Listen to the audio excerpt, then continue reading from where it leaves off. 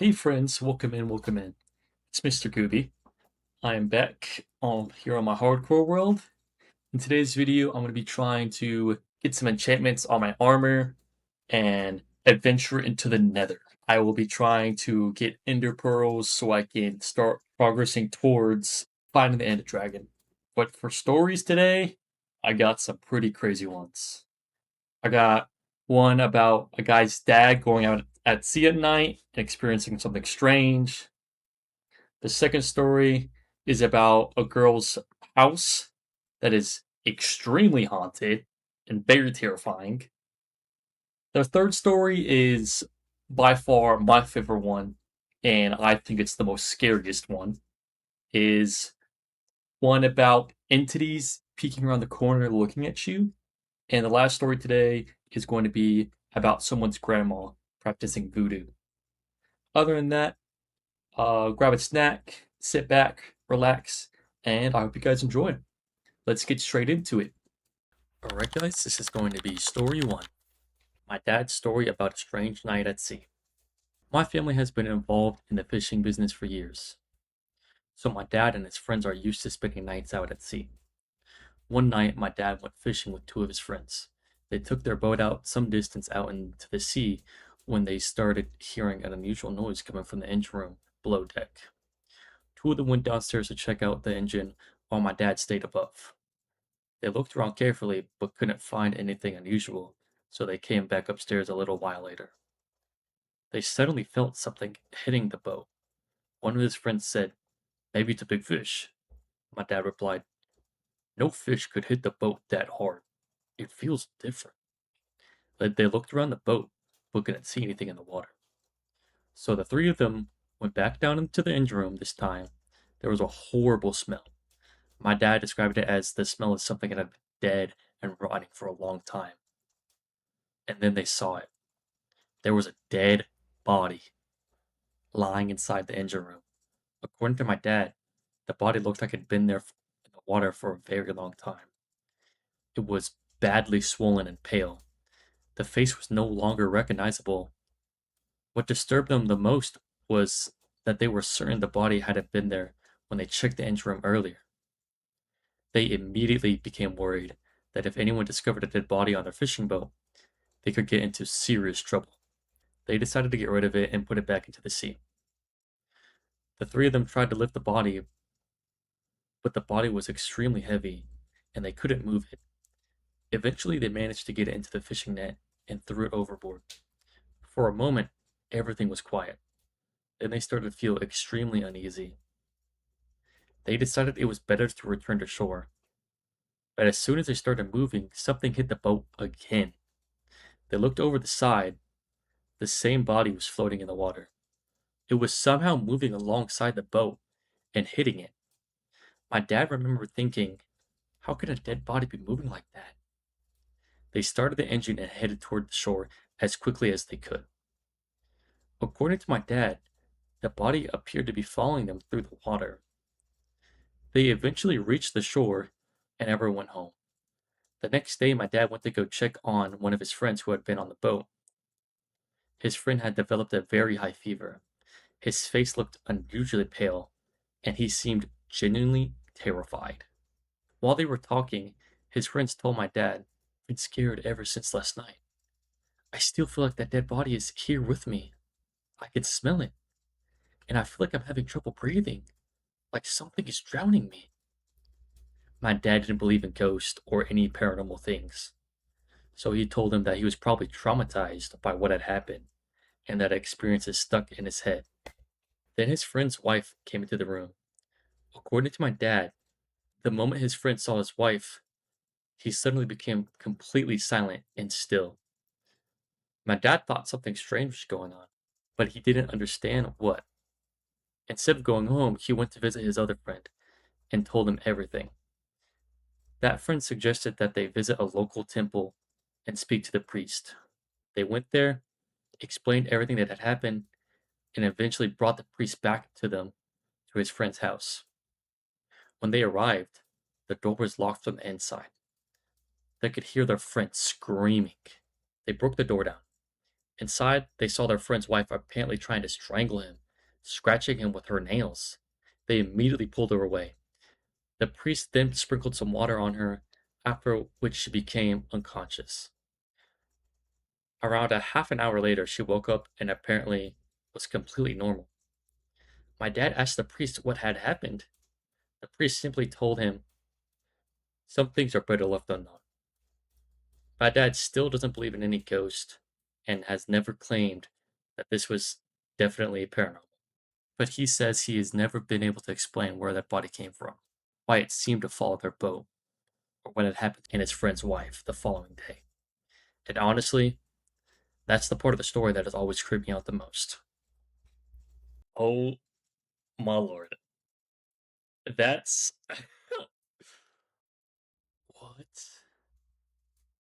That's gotta be like that's 100% a ghost.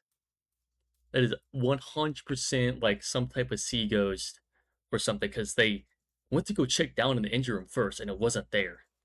And they went to go check down again and then it was there. And then the body was following them while the boat was leaving. And then that guy had to be get he had to get possessed. There's no way. And then they just throw the body overboard. They don't think about calling the police or anything. I don't know, man. That's pretty freaking that's kind of scary. That is kind of scary. Oh my gosh. All right, guys, let's get on to the next story. Guys, this is going to be story 2. My father's house was haunted and something dark attached itself to me for years.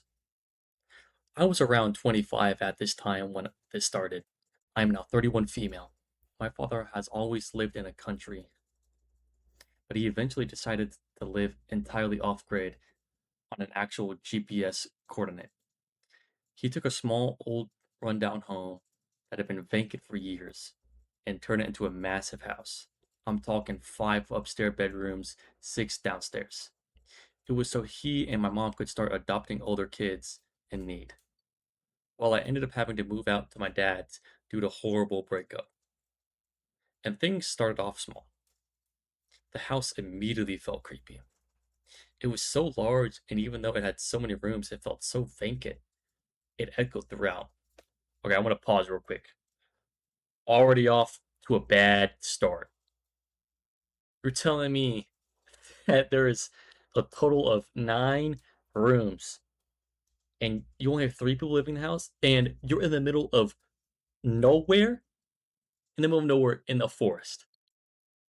For all I know, this house could be on top of a ancient Indian land or something like. I'm already telling you, this house is 100% haunted. I could already tell. All right, sorry. Let's get back into it. The house immediately felt creepy. It was so large, and even though it had so many rooms, it felt so vacant.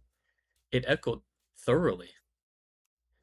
I don't know why I felt this sense of dread, but I couldn't shake it. It started off feeling like I was being watched.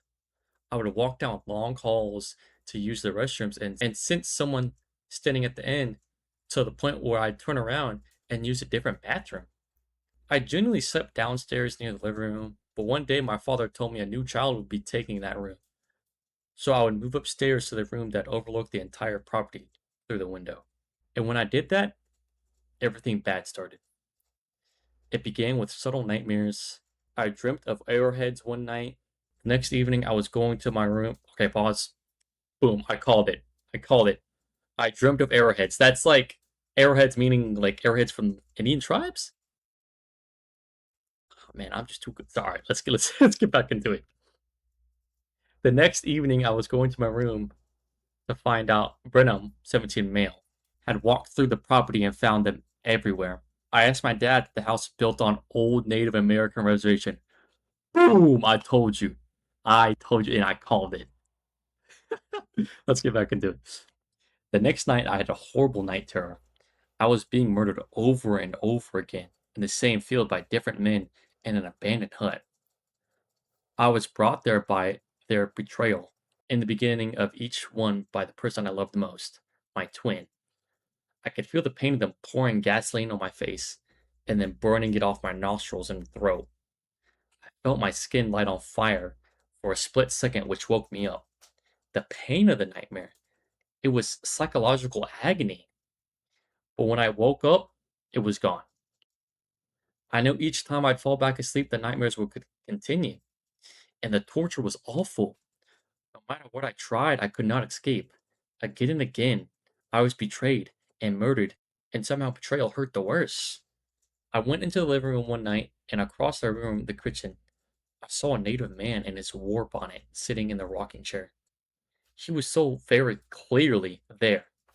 I saw the colors of his feather, his tan complexion, the wrinkles in his face. He looked so angry, but he just sat there, completely still, just staring. I couldn't move on, and I don't remember anything except I ended up back in my bedroom, and I woke up. I knew I'd been awake, but somehow I woke up as if I hadn't walked across the entire house and downstairs to the kitchen. I told Brenham to get rid of the arrowheads and to leave their land alone, but he did not. He took pleasure in rummaging through things. He wasn't a bad kid, he was just fascinated. One night, my newish partner stayed with me, and we had an almost identical night terror. We woke up at the same time, at the exact same moment. My daughter's face was underneath the truck, and I watched it spun and rip the skin off her face as she screamed, begging for me to save her. It was so real and horrifying. It tore me apart. I'll never forget it. His nightmare? He was crying about his best friend betraying him. While possessed, he ripped off the skin of his face. We both stared at one another, out of breath, and just entirely freaked out. He couldn't really believe it, and it shook him for about a week. Finally, one night, I had my first ever sleep paralysis. In this nightmare, I was drugged by my left arm by an invisible entity across a shag rug. I could feel the carpet burn. I stopped immediately and was dropped next to my bed. And underneath the darkness of the bed, there was a humanoid creature, translucent skin. Its purple and red veins were protruding and pulsing. Its arms were sewn into its backside as well as its legs. Its mouth was too, but it was also not there somehow still. Black beads were eyes, very far apart, no nose, covered lightly in blood. Slowly it wriggled closer and closer to me while it spoke. Give me, give me, give me. I was not on my back when I woke up. I was on my side, and the creature was on my bed, face to face, inches from me. My bed was physically shaking from it, wriggling so hard as it pushed into me over and over again, just loudly. This demonic, raspy, higher pitched masculine tone repeated, Give me, give me, give me. I couldn't scream. I tried to, but I couldn't. I shook out of it and jumped out of my bed. My eyes were wide and I was terrified to move. I tried to call out to anyone at 3 a.m., but there was no signal upstairs. I began sobbing and shaking. I quietly went towards the upstairs living room, and upstairs room window was open. My hair stood up again and I was frozen, stuck to the wall for 30 minutes. Eventually, I was able to make my way to the window and look out over the back of the property. And far out across the field, I saw the light above a little hut. Then it hit me. That hut was in my dream. I tried to tell my dad time and time again, but he wouldn't listen. I don't know why I was targeted, as I tried to be their most respectful to the land, but I was. I have many other stories following this, but for now, I thought I would share these stories of the house, the beginning of a horrible spirit that attached myself for 3 years. That is terrifying. Dude, move out of the house. Get out of there. Get out of that house. Oh my God. I I I think I would just shit my pants. I genuinely think I would probably shit my pants if that ever happened to me. That is beyond terrifying. Oh my gosh. I feel so bad for this person. I couldn't imagine going through that. There's so much negative energy in there and and attached onto her. Even though she's being respectful, it's still attaching onto her. Oh gosh, maybe she needs to get like a priest in there or some type of native blessing or something to get rid of that evil spirit. Gosh. Alright, guys, let's get on to the next story. Alright, this is going to be story 3. My mom used to see people peeking around corners. My girlfriend does now too. My mom told me about a story when she was maybe 9 or so, and sharing a bedroom with her brother.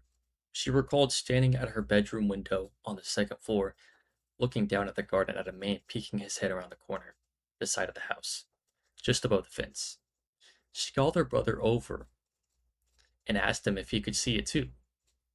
He couldn't until it moved, and then he did. They watched it for hours until they got bored and went to bed. It came back again maybe 3 or 4 nights in a row, until my uncle told my grandma, and he stormed out the house with his shotgun and shouted for him to get lost and never come back. He didn't see anyone. My mom said she never saw the face again after that, but then again, she didn't look for it either. She told me she didn't think the face was looking up at the window, just looking into the garden, but it could have been. She just didn't get the feeling that it was. So presumed it was looking for something rather than at her. She always figured someone must have been standing on a ladder because the fence was too high, but my grandma never saw one or signs of one being on the grass. I've been with my girlfriend for nearly 3 years now, but it was about a year and a half ago, and that she told me she was starting to see heads peeking. No faces, just shadowy figures gazing around the corners of things. They usually fade quickly, but sometimes they don't.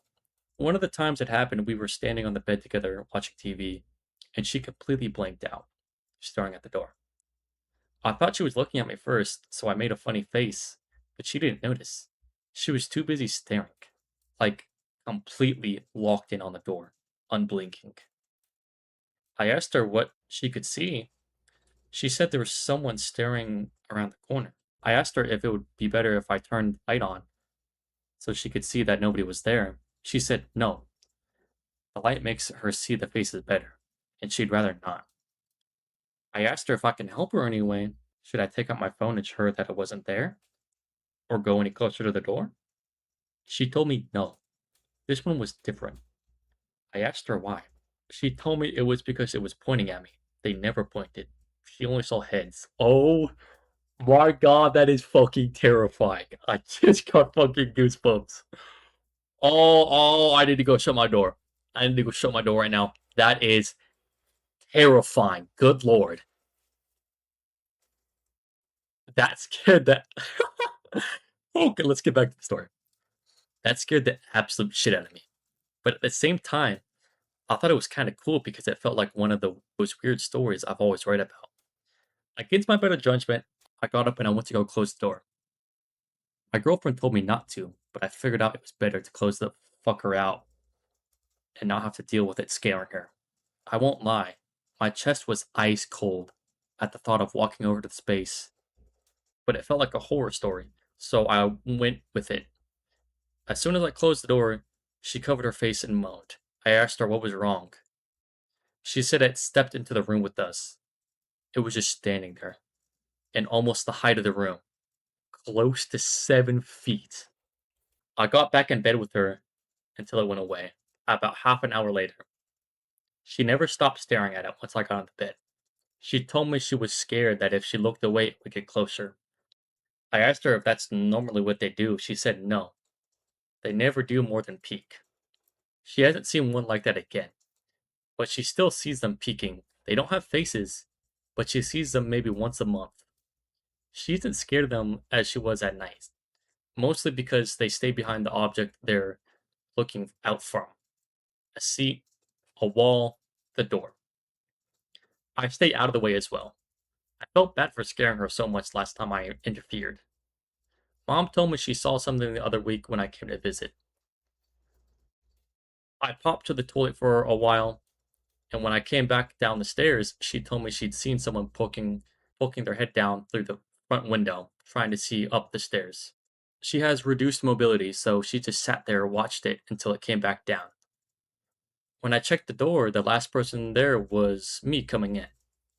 She said she couldn't see its face, but it looked like a very tall man, because his head had peeked from the upper part of the window instead of the bottom part.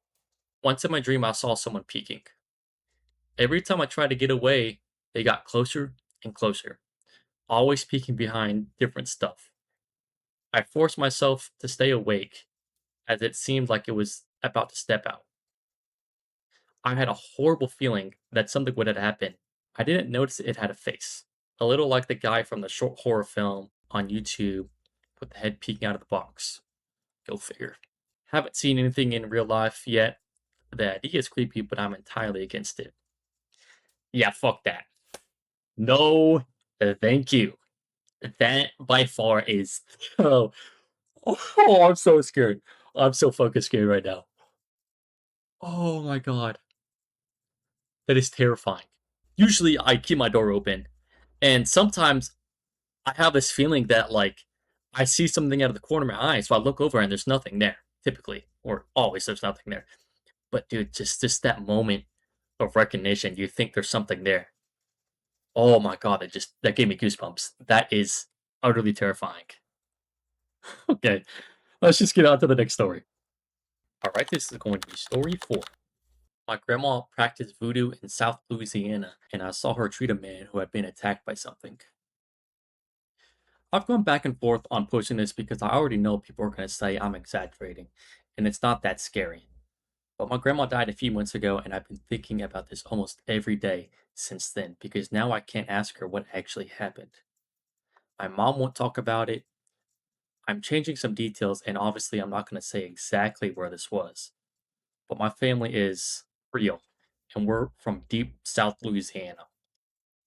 My grandma practices voodoo, and before anybody starts acting weird about that, she wasn't sacrificing animals in the backyard or sticking pins into dolls or anything, or any of the movie stuff. She knew herbs and roots. She prayed over people, she made teas and washed, and she knew how to treat things that doctors couldn't or wouldn't fix. Things people in our community have been treating at home for generations. She also believed in doctors and hospitals, so we aren't one of those families where nobody was allowed to get real medical care. Kids weren't allowed in the room when she was working, and nobody really explained why. We were just told to stay out of the way. This happened when I was around 14 or 15. I know I wasn't driving yet because one of my cousins had dropped me off back at my grandma's house after we'd been fishing. And it had been raining all day, so I was soaked, and I was mad because my shoes were full of mud. There was an old truck parked outside that I didn't recognize, but that wasn't unusual because people were always coming by. I walked in through the side door, and at first I noticed that the TV wasn't on. My grandma always had either the news or gospel music playing, even if she wasn't watching it, so the house being completely quiet felt strange. Before I even saw anything, she was in the kitchen, and there was a man sitting on the table. He looked rough as hell. His shirt was ripped around the shoulder, and there was dried blood on one of his sleeves, and his hand had these cuts across them that looked deep enough stitches. He had mud all over his jeans and boots too, like real dark swamp mud. So my first thought was he had got lost somewhere or attacked by an animal. Maybe a gator or a dog or something? My grandma wasn't cleaning the cuts. She was checking him over like she was looking for something else. She checked his pulse for a long time, looked in his mouth, pulled one of his eyelids down, then did the other one, and kept asking him to look at her. He wouldn't. That's the part I remember the clearest. He was just sitting there completely still, staring at the wall behind her. I don't think I saw him blink once. I know people say that in creepy stories all the time, but I swear I stood there long enough to notice because it started to make me feel uncomfortable. Tears were running down his face, but he wasn't crying like normal. He wasn't making any sounds. His face wasn't moving, and he wasn't wiping them away. They were just coming out of his eyes while he stared straight ahead. My grandma kept shaking him and talking under her breath. I couldn't hear everything she was saying, but I know some of it was prayer. She didn't ask me where I had been or what had attacked him, which didn't seem weird to me at the time, but it does now because you'd think that would be the first question. I don't know how long I'd been standing there in the hallway when he finally spoke. It was so quiet that I almost didn't hear him. He said, I thought it was him. He looked at me. My grandma stopped what she was doing. She didn't ask who he meant, and she didn't look confused. She looked closer. She closed her eyes for a second and then said, I know. That was it. He started breathing weird after that, like he was trying not to panic, but he still didn't move or look away. My grandma finally saw me and told me to go change my clothes because I was getting mud on the floor. Her voice sounded completely normal, which honestly scared me more than if she had yelled. I went to the bedroom and stayed there for a while. I could hear them moving around later, but I couldn't make out what they were saying. The truck was gone before dinner.